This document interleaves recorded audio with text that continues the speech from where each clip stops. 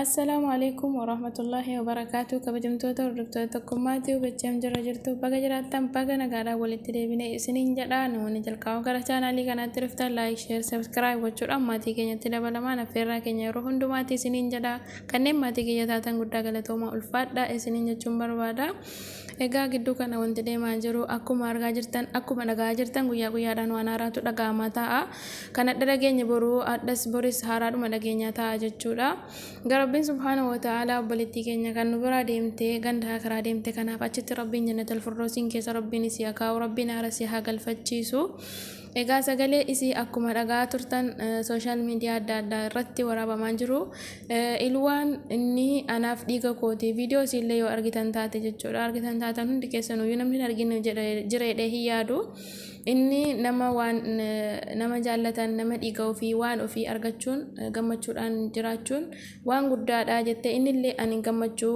gaa'ela koo keessatti gammachuu horadheen jira gammachuu guddaan qaba jedhee dubbataa ture jechuudha garuu namoonni nama sheexaana fakkaatanii jechuudha gammachuu jara kana jireenya bareedaa akka jarri hin jiraanne halkanii guyyaa lafaa tura rabbiin hojii jaraaf kaffalu inni anarratti waan badaa hin hojjetu nan ajjeesu waan tokko kanaan dura sinarraan ga'ee hin beeku too siin jettu kan inni waan kana irratti fudhatee akka inni irratti fudhatamu taasifame rabbiin bultii jaraa keessaa kaa'u jechuudha.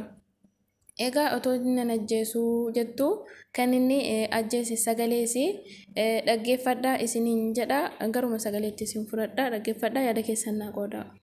Dhaggeeffadhaatii yaada keessan koomintii godhadhaa. Carraa hin barbaadu jee yoo har'a mana galuu baatte carraa maxxansaa qabdanaan jee barbaadu jee. Haa jee ganamaan telefoonoo. Carraa maxxansaa sun ajjeesuudhaaf deema. Wanni ati gootu mootummaa beeksisi. Har'a gabaabaa. Mootummaatti. Mai faate arsiibaa jaldo. Maaliif ni beektaa? Ani immoo waan takka illee waan amma dura nama geggeessa sin jiru sin ajjeessa jennu sodaachisu saani sodaa waan ajjeechi tasaati sin qabaan ajjeessa. Sin jee jira. Sin jeemi.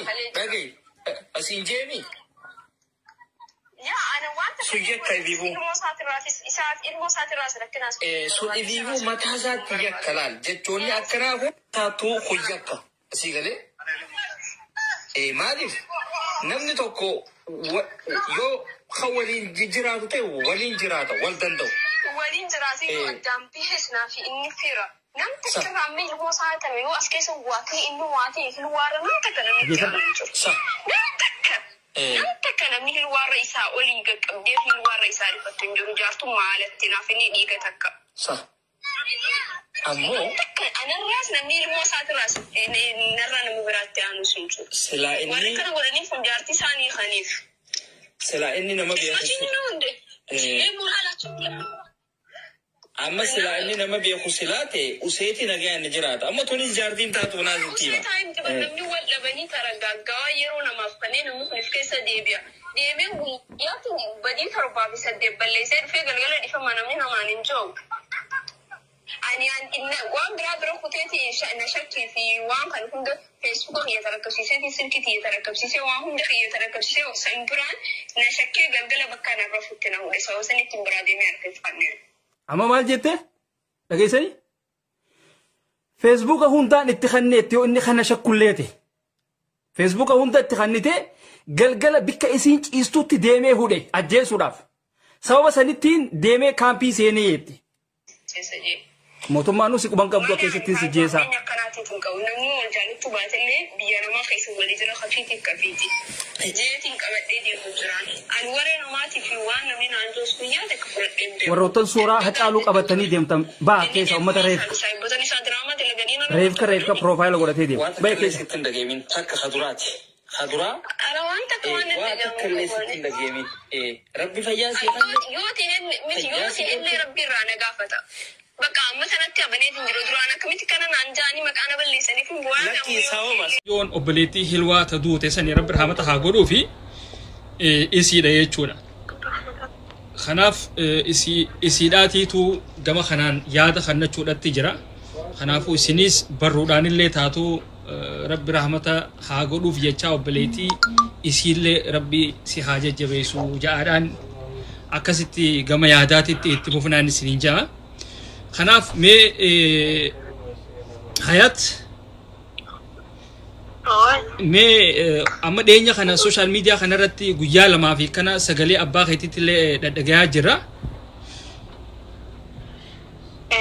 Sagaleen abbaa keetiitis akkuma jirutti tahee haalli maantana isin keessa jirtanii fi maal fakkaata? Silaa ugaa duuti silaa namurraa naftu. Namurraa naftu wallahi waan akka jeesii mun qabu. Haalli abbaa kiyyaa kunis akkana jaajee hiyyaanne. Akka inni haasa'u jiru kanaa miti amata 22 takkaa nuquban qabaanne. Adeera kiyya haasiraatu biratti leen facaasee deebi'e. Kun ragaa godhanii danda'ama ragaa godhatu. Adeera keenya kaadira dhawaa jiraatutti nu facaasee deebi'ee inni quba nu qabu jechuudha amata 22 umrii tana geenye. Jaartii adeera kiyyaatu dheengadda footoo nan gadhiise takka yoo agartellee footoo isaa. Arke. Inni hilwatti hin beeku. Hilwattis hin beeku anaas fuula kiyyaas hin beeku.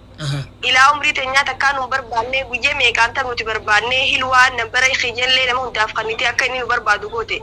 Nun barbaanne jechuudha. Anaatu haadha gayuu abbaadhaa haadha qabaa jee abbaa kiyya bakka jirtu mul'addu mutiyyoon hilwaa jaamtu tun aamunee teenya ilmooteeti bakka jirtu sabbarjee gadhiise ta'e. Ayyee. Tani galgala naaf dawwalee jechuudha. Naaf dawwalee ati eenyu naan jee an hayaati isaa adamii atoo eenyuun jeen anis isee adamii naan jee. Arragaagatuuf ati eenyu haadha mana keetii eenyu turteen jeen haati kaa Ibraahimii naan jee ummaatii naan jee beete akkasittiin abbaa kiyya ta'uu amane. Ammaan tana asirratti dhiifama hayaat dubbite wanni dhaan godha. Mi asirratti